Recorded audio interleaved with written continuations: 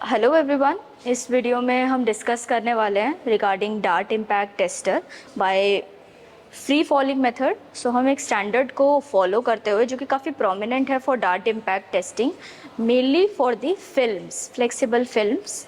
तो उनके लिए हम इम्पैक्ट स्ट्रेंथ वो कितना बियर कर सकते हैं अगर हम उस पर एक डार्ट फॉल करा के देखेंगे। हम पूरा देखेंगे स्टैंडर्ड के बारे में, किस टाइप के सैम्पल्स यूज़ किए जाते हैं, डार्ट क्या होता है, वो सारी चीज़ें हम तो जो स्टैंडर्ड हम फॉलो करके इसमें चलेंगे। The standard is ASTM D1709। उसमें मेंशन्ड है अबाउट कि किस पर्टिकुलर सैम्पल को यूज़ किया जाना चाहिए, किस तरीके से उसे के ऊपर इम्पैक्ट स्ट्रेंथ दिलाया जाएगा एंड कैसे हम क्वालिटी इंश्योर कर सकते हैं सैम्पल की।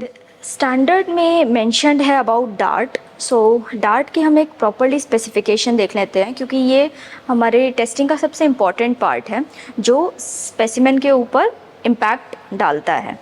तो ये दो डार्ट्स होते हैं। ये हमारा फेनोलिक डार्ट होता है। इसका जो स्टैंडर्ड ने हेमिस्फेरिकल डायमीटर बताया है वो बोला है 38 mm। तो ये उसी के अकॉर्डिंग 38 mm का डार्ट है। एंड इसके बाद दूसरा इस डार्ट के बारे में डिस्कस किया गया, दैट इज स्टेनलेस स्टील, जो कि 50 mm का 50.8 mm का होना चाहिए। ओके, सो अकॉर्डिंगली डार्ट्स बनाए गए हैं। एंड कब हमें कौन सा डार्ट यूज़ करना है, कितने वेट को अप्लाई करके, तो स्टैंडर्ड में दो मेथड्स के बारे में डिस्कस किया है। मेथड ए में मेंशन्ड है कि हमें इस फेनोलिक डार्ट को यूज़ करना है जिसका डायमीटर 38 mm का है। एंड वेट कब हमें यूज़ करना है, जब हमारे पास 50 ग्राम से लेकर के 6 kg तक के वेट्स हों, तो उस केस में हमें ये वाला मेथड यूज़ करना है। और उस केस में हमारी हाइट होगी 660 mm मेथड ए में। वहीं जब हमारा जो सैम्पल है थोड़ा सा थिक है, उस पर ज़्यादा वेट अप्लाई करने की नीड है, तो वो वेट 0.3 kg से लेकर के 6 kg तक का हो सकता है, तब हमें इस स्टेनलेस स्टील डार्ट को यूज़ करना होता है जिसका डायामीटर 50 mm का है। ओके, सो इस अकॉर्डिंग हमारा मेथड, और इसमें जो हाइट होती है वो 1.5 मीटर्स यानी 1524 mm की उसकी हाइट रहती है। तो ऐसे हमारे method A and method B as per dart, उसके वेट्स और हाइट डिसाइड किए जाते हैं, और सैम्पल थिकनेस के अकॉर्डिंग ये सब कुछ डिसाइड होता है कि वो कितना इम्पैक्ट स्ट्रेंथ ले सकता है। ये हमारे डिफरेंट वेट्स हैं। तो ये स्टैंडर्ड में कैसे मेंशन्ड है कि हमें एक स्पेसिमेन प्रिपेयर करना है। आप अप्रॉक्सीमेटली 10 स्पेसिमेन ले लीजिए ऑफ 130 बाई 30 mm, क्योंकि मेंशन्ड ये है ASTM D1709 में कि हमें जो स्पेसिमेन एरिया है तो उसका जो डायमीटर होगा क्लैंपिंग का वो 125 mm होना चाहिए। तो उससे थोड़ा बड़ा हमें स्पेसिमेन लेना है। तो उस अकॉर्डिंग हम अभी टेस्टिंग देख लेंगे। एंड तो हमें 10 स्पेसिमेन लेने होते हैं एंड उसको 1 बाय 1 डिफरेंट वेट्स पे चेक करना होता है। कैसे, फॉर एग्जांपल अभी मैंने ये डार्ट लिया है, क्योंकि अभी जो मैं हाइट यूज़ करूँगी वो मेथड ए के अकॉर्डिंग होगा, और इस पे मैंने 90 ग्राम्स के दो वेट लगाए हैं, तो ये 180 ग्राम्स का वेट है।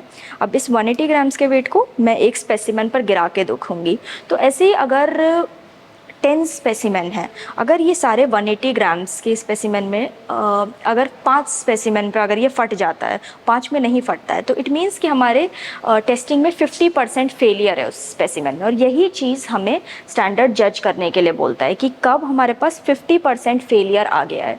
तो यही चीज़ देखना है कि 10 स्पेसिमेन है, अगर उसमें से 5 फेल हो गए तो इट मीन्स हमारे 50% सैम्पल इस वेट पे फेल हो गए हैं। अगर नहीं फेल होते हैं तो हमें अकॉर्डिंगली डार्ट के वेट को इंक्रीज या डिक्रीज करना होता है। तो उसके लिए डिफरेंट वेट्स अवेलेबल हैं। तो ऐसे टेस्टिंग परफॉर्म किया जाता है। नाउ अब हम टेस्टिंग देख लेते हैं। तो ये हमारा dart impact tester arrow series model है। तो ये इसका LCD इंडिकेटर है जिसमें हमें सेट करना होगा नंबर ऑफ़ काउंट्स, जितना हमें टेस्टिंग परफॉर्म करनी है। तो ये जितनी बार हमारा सैंपल क्लैम्प होता जाएगा तो इट मीन्स कि एक सैंपल हमारा टेस्ट हो गया। तो ये नंबर ऑफ़ काउंट्स, तो आपको ये याद रहेगा कि इतने सैंपल्स मेरे टेस्ट हो गए हैं, क्योंकि मैंने जैसे बताया कि हमें इसमें किसी एक या दो सैंपल के बेसिस पे रिजल्ट जज नहीं करना होता है। हमें 10-20 ऐसे सैंपल्स लेने होते हैं, तब हमें प्रॉपर फेलियर परसेंटेज पता चलता है। तो अभी फ़िलहाल टेस्टिंग के लिए, जस्ट फॉर शोइंग कि किस तरीके से टेस्टिंग होगी, मैं इस पर सिर्फ 4 वैल्यू सेट कर देती हूँ। तो ये 4 काउंट्स तक चलेगा, उसके बाद स्टॉप हो जाएगा। तो ये मैं ना, अब हमारा ये वैल्यू 4 काउंट्स पे सेट हो गया है। अब हम टेस्टिंग परफॉर्म करेंगे। उससे पहले हम इसमें क्लैंपिंग के लिए जो हमने मैकेनिज्म दिया है, दिस इज न्यूमैटिक फैसिलिटी। सो ये इसका प्रेशर रेगुलेटर है एंड ये इसका गेज है। ओके, सो अभी एज पर जितना आपको प्रेशर दे के सैंपल को कंप्रेस करना है, अकॉर्डिंगली यू कैन प्रोवाइड। सो अभी इसको मैंने 2 बार का प्रेशर दिया है, which is more than enough. Accordingly you can increase और डिक्रीज द प्रेशर। ये हमने प्रेशर। सो अभी हम स्पेसिमेन प्लेसमेंट देख लेते हैं। सो जैसा कि मैंने बताया कि इसका जो क्लैंपिंग एरिया है 125 mm का है, तो अकॉर्डिंगली मैंने इससे बड़ा स्पेसिमेन प्रिपेयर किया है। ये हमें इस तरीके से इधर लगाना है एंड एक्यूरेट क्लैंपिंग के लिए we have given mechanism of pneumatic connection. तो जैसे ही मैं ये स्टार्ट बटन प्रेस करूँगी, हमारा एक काउंट इंक्रीज होगा। इट मीन्स कि हमारा एक सैंपल अब क्लैंप हो जाएगा।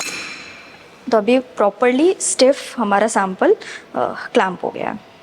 सो अब मैग्नेटिक मैकेनिज़्म इसमें अटैच्ड है ताकि हम होल्ड करके रख सके डार्ट को। तो उस चीज़ के लिए हमने फुट स्विच प्रोवाइड किया है कि जैसे आप इस डार्ट को वहाँ होल्डिंग में डालेंगे, तो जैसे ही आप इसको प्रेस करेंगे इस तरीके से, तो आपका मैग्नेट मैकेनिज़्म ऑन हो जाएगा एंड जैसे ही आप इसको रिलीज़ करेंगे, हमारा डार्ट नीचे फॉल करेगा।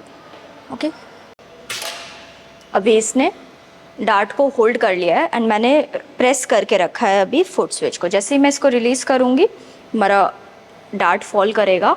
अभी 180 ग्राम्स हमने वेट लगाया है और मेथड अभी 660 mm की हाइट पे है, मेथड ए पे। अब इसको फॉल करेंगे हम। सो अब हमारा जो स्पेसिमेन है, तो हम देख सकते हैं कि ये फ्रैक्चर हो गया 180 ग्राम्स पर। तो ज़रूरी नहीं है कि अगर इससे कम पे डाला जाए तो ये नहीं फटेगा। तो हम इंक्रीमेंट या वेट डिक्रीमेंट अकॉर्डिंगली इस सैंपल के कर सकते हैं कि हम इससे 90 ग्राम्स और कम कर लें और सिर्फ 90 ग्राम्स पे पहले देखें, 50 ग्राम से स्टार्ट करके देखें। तो इस तरीके से जज किया जाएगा। तो अभी हमारा ये एक स्पेसिमेन फेल हो गया। ऐसे ही करते करते अगर हमने 10 बनाए हैं, 5 फेल हो जाते हैं, तो ये इस पर्टिकुलर वेट पे हमारा 50% फेलियर आ गया है। तो हमें ऐसे क्वालिटी आप जज कर सकते हैं सैंपल की कि अगर किसी तरीके का पंचर सैंपल पे लगता है तो, या सडन अगर उस पर किसी तरीके का इम्पैक्ट लगता है, तो ये इतने वेट पे फट सकता है। तो इस तरीके से डार्ट इम्पैक्ट टेस्ट परफॉर्म होता है।